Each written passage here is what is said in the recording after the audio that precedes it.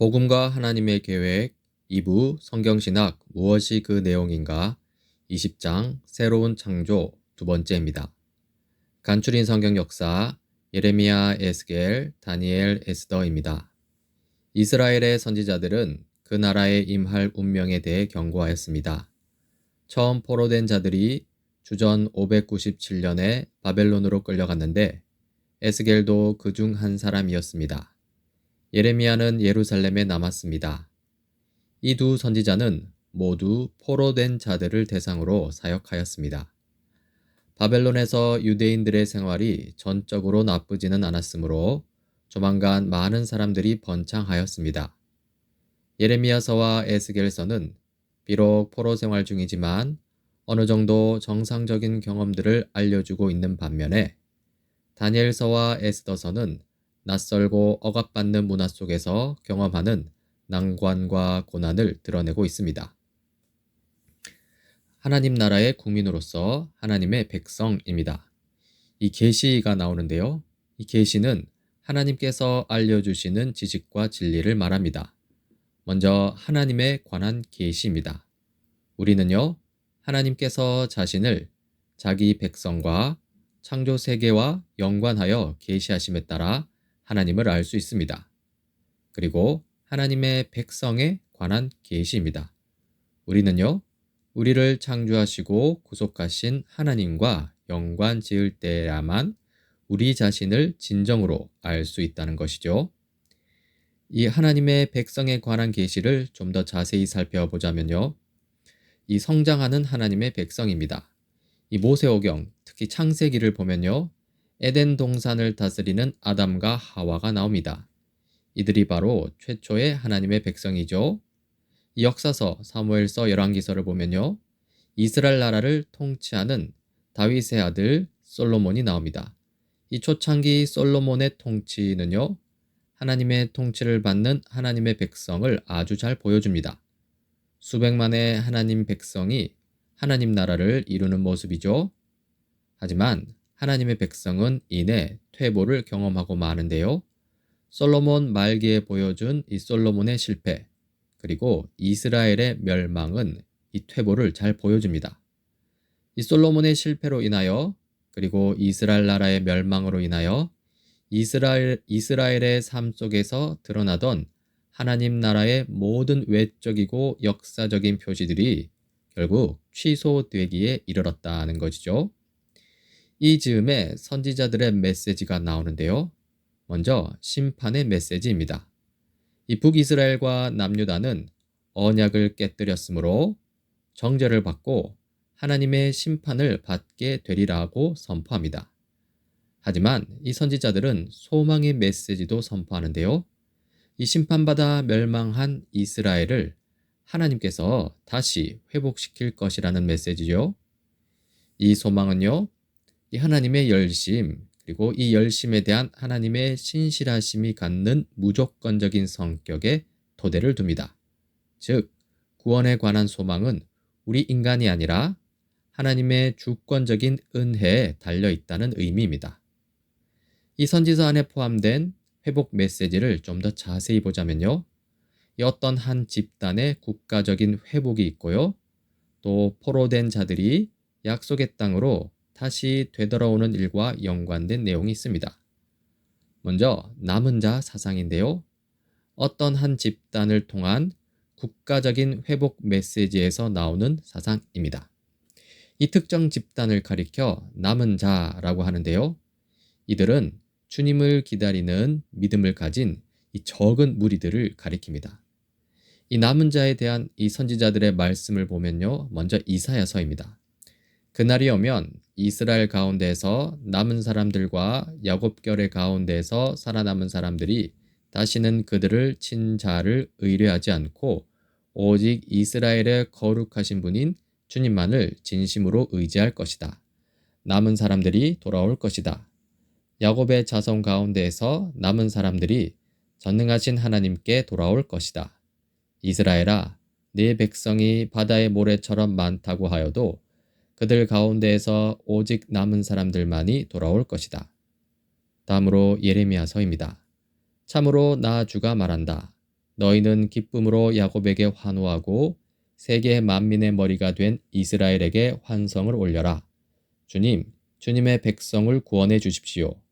이스라엘의 남은 자를 구원해 주십시오. 이렇게 선포하고 찬양하여라. 이 선지자들의 회복 메시지에는 제2 출애굽 사건이 등장하는데요.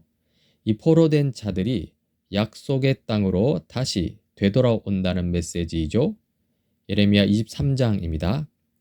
그러므로 보아라, 그날이 지금 오고 있다. 나 주의 말이다. 그때에는 사람들이 다시는 이스라엘 백성을 이집트 땅에서 이끌어내신 주의 살아계심을 두고 맹세하지 않고 그 대신에 이스라엘 집의 자손이 쫓겨가서 살던 북녘 땅과 그 밖의 모든 나라에서 그들을 이끌어내신 주의 살아계심을 두고 맹세할 것이다. 그때에는 그들이 고향 땅에서 살 것이다. 그런데 이렇게 이스라엘이 약속의 땅으로 되돌아올 때 이 외국인들도 포함되는데요. 이로써 구원이 열국들, 이방 나라들에게도 미친다는 것을 보여주죠. 이사야 2장입니다. 마지막 때에 주님의 성전이 서 있는 산이 모든 산 가운데에서 으뜸가니 산이 될 것이며 모든 민족이 물밀듯 그리로 모여들 것이다. 백성들이 오면서 이르기를 자, 가자. 우리 모두 주님의 산으로 올라가자. 야곱의 하나님이 계신 성전으로 어서 올라가자. 주님께서 우리에게 주님의 길을 가르치실 것이니 주님께서 가르치시는 길을 따르자 할 것이다. 율법이 시온에서 나오며 주님의 말씀이 예루살렘에서 나온다.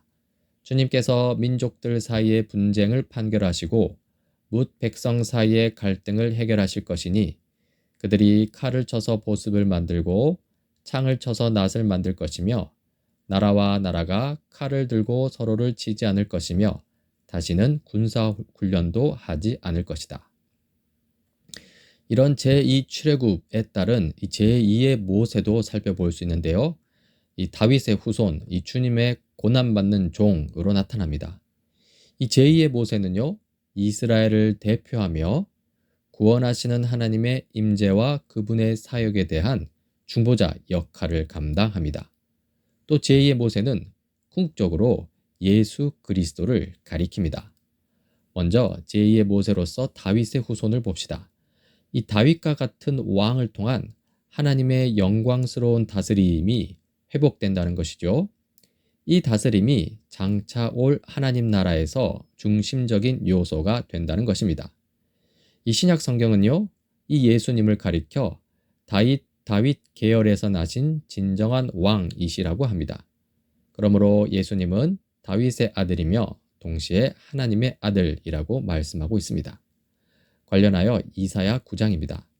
한 아기가 우리를 위해 태어났다. 우리가 한 아들을 모셨다. 그는 우리의 통치자가 될 것이다. 그의 이름은 놀라우신 조언자, 전능하신 하나님, 영존하시는 아버지, 평화의 왕이라고 불릴 것이다.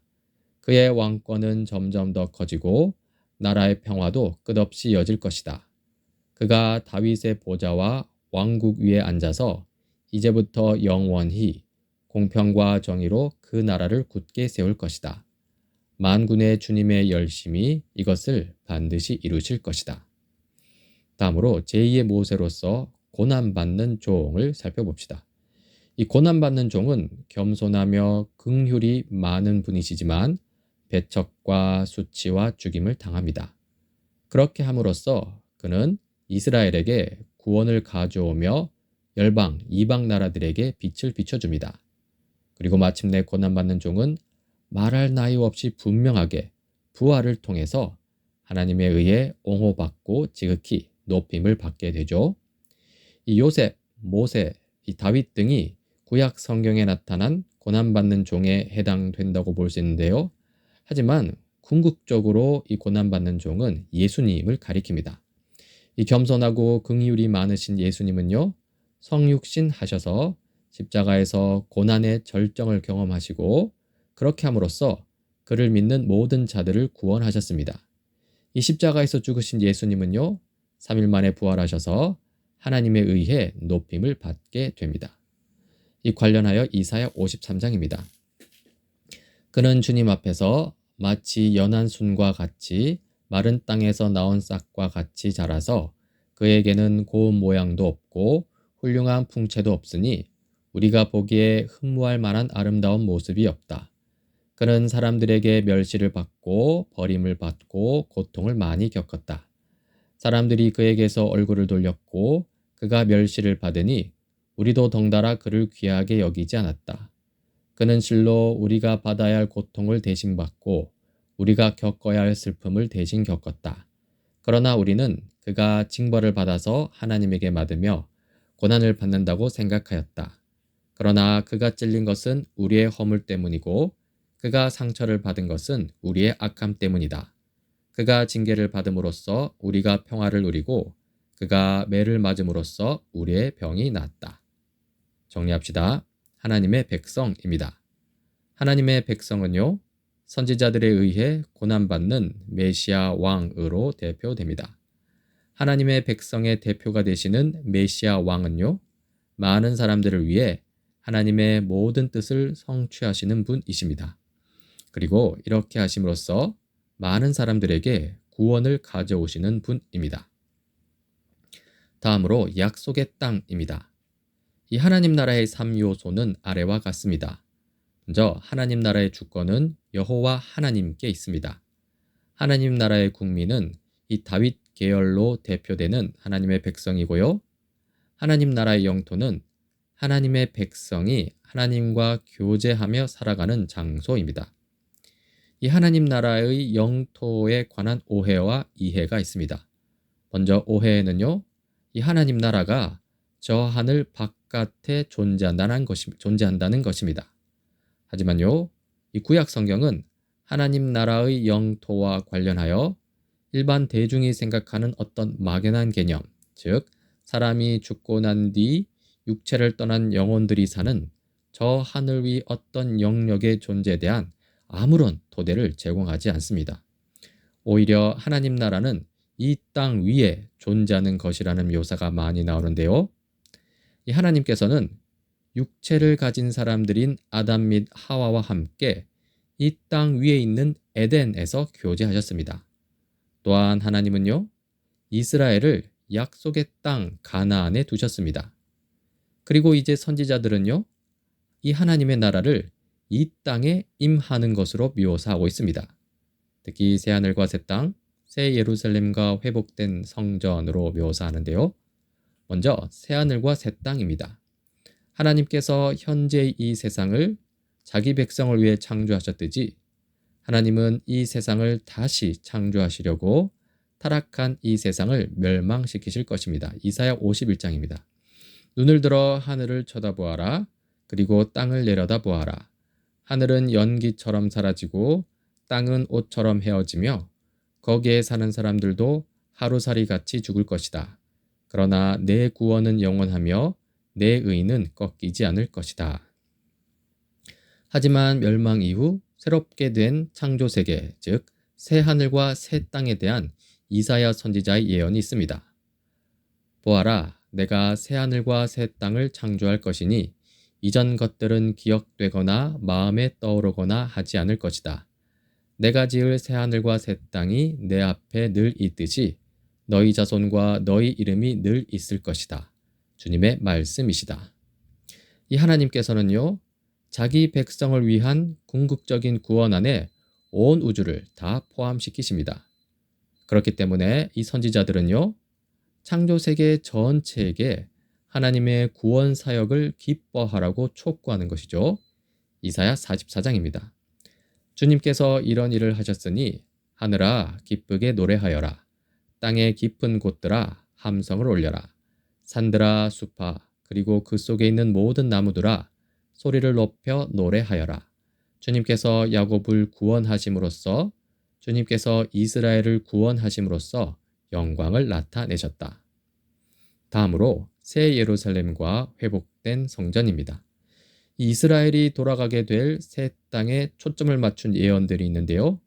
이 새 땅의 중앙에는 새 예루살렘과 회복된 성전이 있습니다. 이 새 예루살렘과 회복된 성전은요, 새로운 에덴, 즉 충만한 결실과 모든 살아있는 것들 간의 조화와 완전한 치유가 있는 땅입니다. 에스겔 36장입니다. 그래서 사람들이 말하기를 황폐하던 바로 그 땅이 이제 에덴 동산처럼 되었고 무너져서 폐허와 황무지가 되었던 성읍마다 성벽이 쌓여 올라가서 사람 사는 땅이 되었다고 할 것이다. 성회 때마다 거룩한 제물로 바칠 양떼가 예루살렘으로 몰려들듯이 폐허가 된 성읍들이 사람들로 가득 차게 하겠다. 그때야 비로소 그들이 내가 주인 줄 알 것이다. 그리고 이사야 11장입니다. 그때에는 이리가 어린 양과 함께 살며 표범이 새끼 염소와 함께 누우며 송아지와 새끼 사자와 살찐 짐승이 함께 풀을 뜯고 어린아이가 그것들을 이끌고 다닌다. 암소와 곰이 서로 벗이 되며 그것들의 새끼가 함께 눕고 사자가 소처럼 풀을 먹는다. 젖먹는 아이가 독사의 구멍 곁에서 장난하고 젖된 아이가 살무사의 굴에 손을 넣는다. 한편 이 거듭남에 대한 바른 이해가 필요하는데요. 이 거듭남, 새로이 태어남이라고 하면요. 사람들은 먼저 하나님의 자녀 개개인의 거듭남을 머리에 떠올리게 됩니다. 하지만 이 거듭남, 새롭게 태어남이란 이 우주 그 자체를 포함하는 폭넓은 것이라는 사실을 기억할 필요가 있습니다.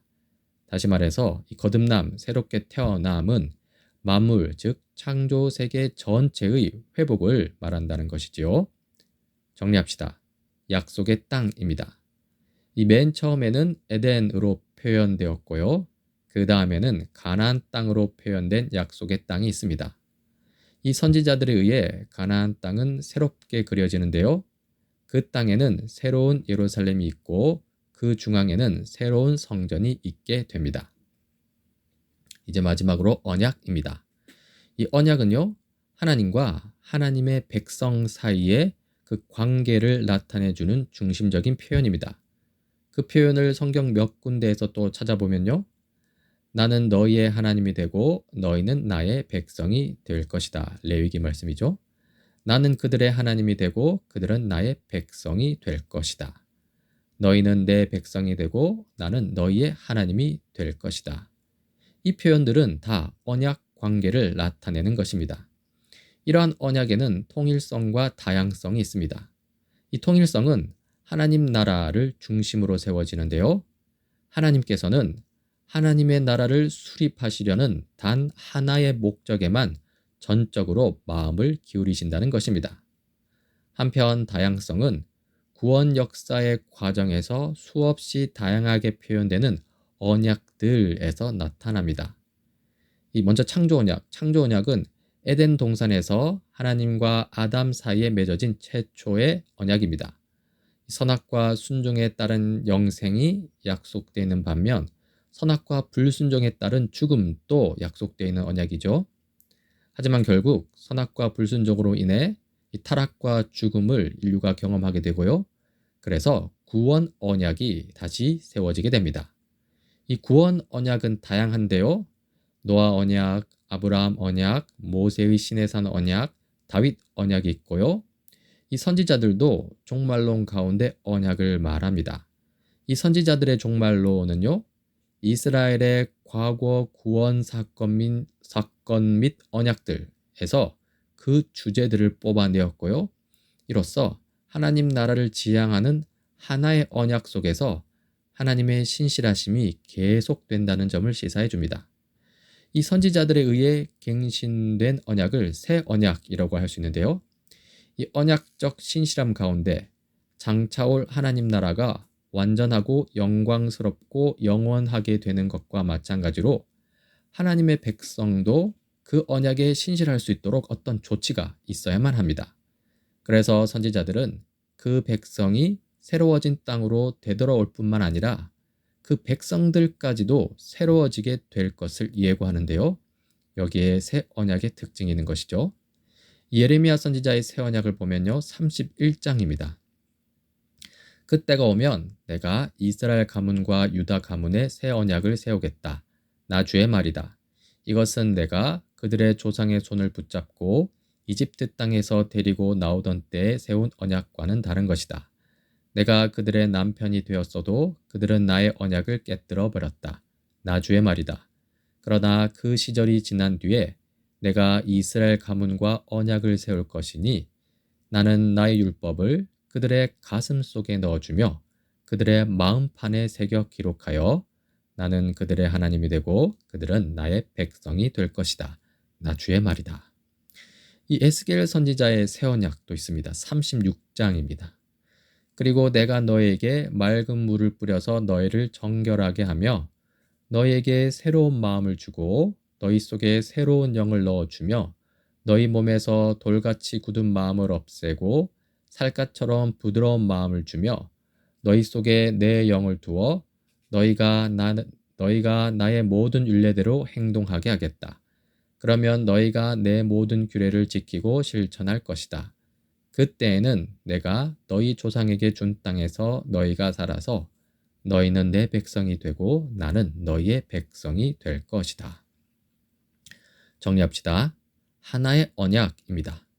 이 창조에 대해 하나님께서 처음에 가지신 이 열심에서 나온 이 한 가지 언약은요. 구원 역사가 진행되면서 아브라함 언약, 시내산 언약, 다윗 언약, 그리고 선지자들이 언급한 새 언약으로 표현됩니다. 이제 간추림, 만물의 회복이 예언됨입니다. 이제 선지자들은 실패한 이스라엘 나라에 의해 만들어진 간격을 메우게 됩니다. 그들은 하나님의 모든 목적들이 장차 다 이루어질 것을 말합니다.